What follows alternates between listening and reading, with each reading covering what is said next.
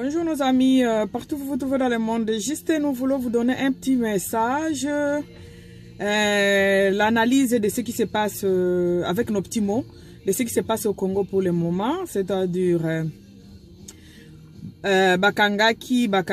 connexion, dengue toyebi, nos frères et sœurs, surtout au bazan na site internet, baza vraiment bloqué, nauti ko solana ebele na bango lelo na tango. Le problème est que Bakangela Bango depuis les 31, Bakangela Bango internet depuis les 31, donc Bakangela Bango moyen bas kutana biso bas solana biso ils raté, bas bloqué. Voilà, na miki ko benga ba misu sur le long na tongo na sona bango vraiment bazo la makasi. Donc la situation de notre pays ça nous fait vraiment peur. Que bakatela batu vraiment connexion bongo, bakatela bango connexion depuis longtemps et puis personne ne le dit rien, personne n'a expliqué bango jusqu'à quand, bazaki ko loba et kozonga les 15. Mais voilà, ba reporter ango sous ce n'est plus les 15, je viens de parler avec batu oyo bazala ka charger na babilo Congo. Balobi et kozale sous les 15 était date eza vraiment fixée. Tantôt, Bamissus Balobi le 19, c'est-à-dire dimanche de cette semaine que nous venons de commencer aujourd'hui. Bamissus Balobi le 22, donc si c'est pas le 20, si c'est pas dimanche 19, ça sera mardi 22.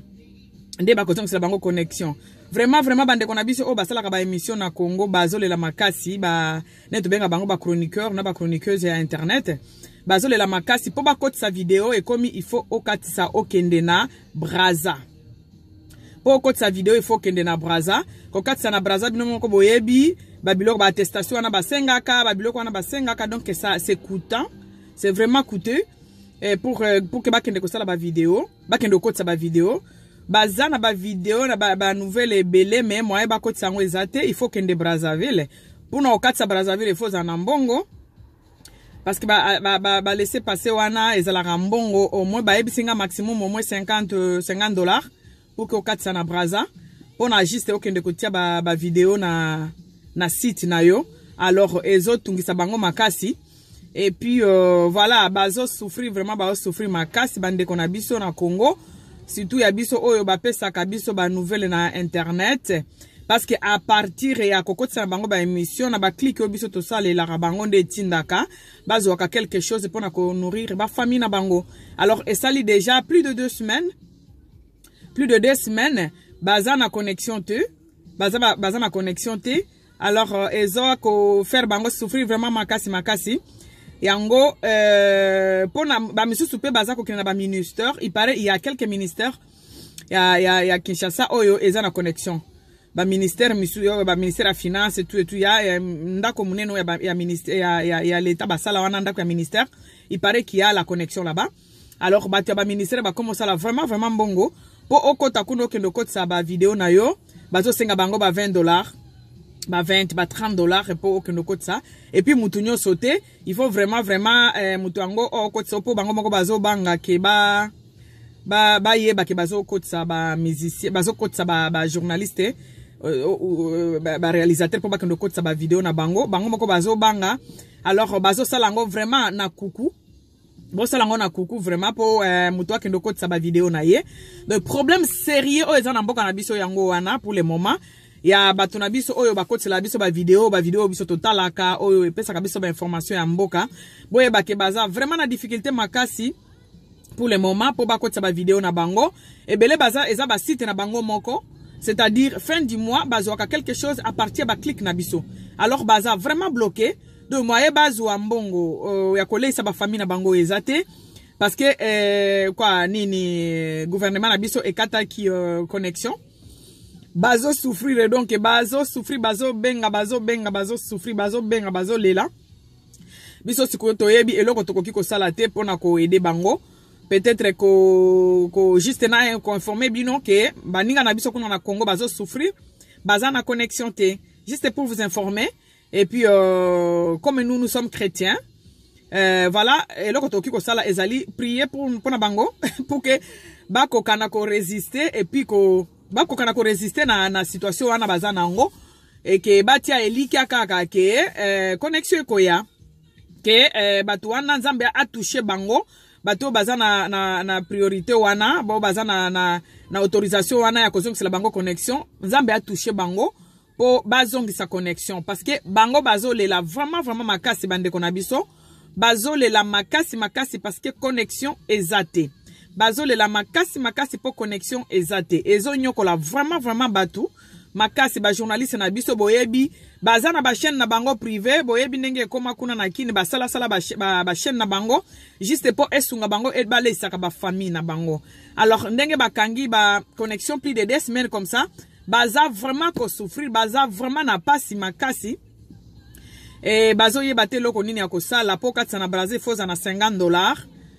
ya kokatsa ale bongo le retour il faut pe ofuta kuna na ngambo alors loko zo tungisa bango makasi yango bozomona ba video ezokota vraiment mingi te na ba chaîne na biso ezokota mingi te na YouTube na biso ya communauté parce que il y a un problème sérieux vraiment il y a vraiment un problème sérieux chez nous problème il y a connexion po date pe eyebanite oyo ekozonga pasi bande kona biso bazana yango wana ba mingi babenga kingai po bayebi nga nazalaka mama sociale na lekisaka ba message babengi nga pona ko informer ndenga na informer bande kona biso kuna bande kona biso vraiment que toza bloqué ba misala na biso wana misala na biso ndezalaka ba papa na biso ba mama na biso yango ezalaka ba patron na biso ba YouTube na biso wana soki ekoti 6 mois quelque chose esunga ka biso poto to leisa ba famille na biso. Maintenant nous sommes 2 semaines bloqués ba toyebi pete mokolo koya balobi il faut jour président Oyazali Eli il faut jour à compléter segment de ba kozongisa connexion. Or jour à compléter segment eyebani na noté eyebani na noté ba misusu bazolo ba le 19 dimanche ba misusu bazolo ba le 22 mardi prochain. Alors bana suspense wana bango bazolela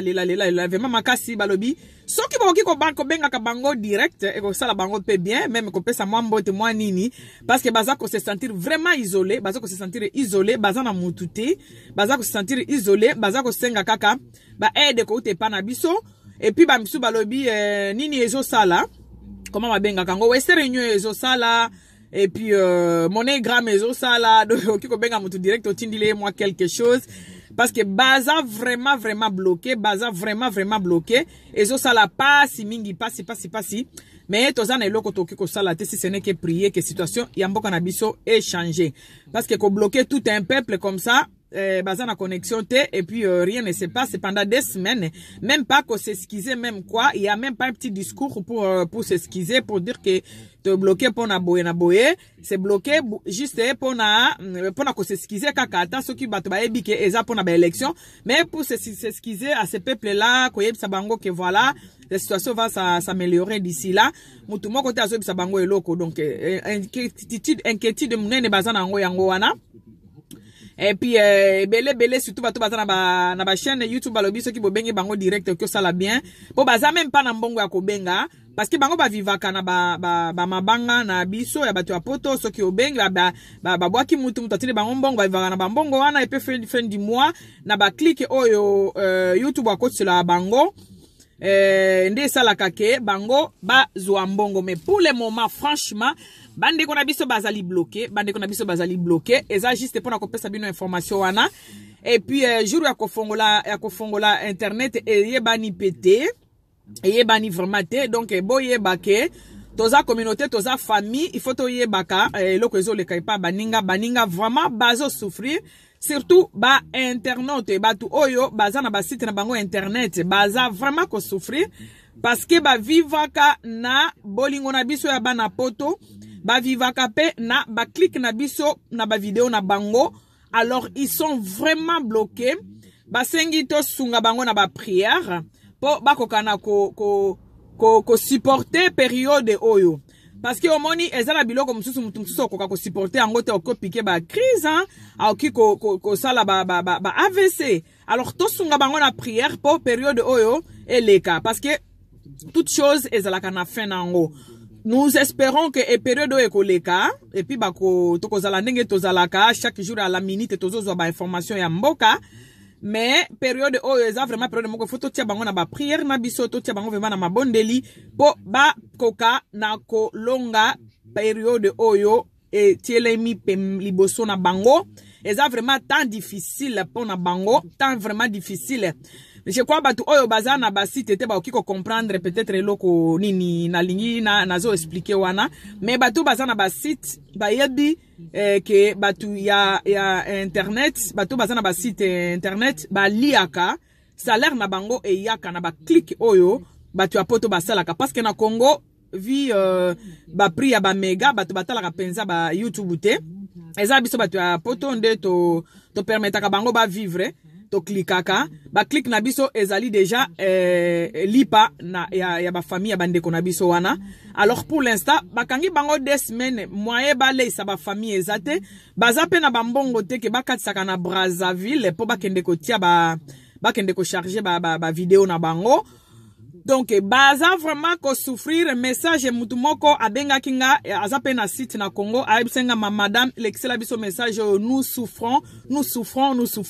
Donc moi aussi la ya janvier tozo ebate soki bana bakolia nini soki tokofuta bandako na mbongo nini. Vraiment eza passe mingi juste pour na ko informer communauté na likambo oyo eza na mboka na biso.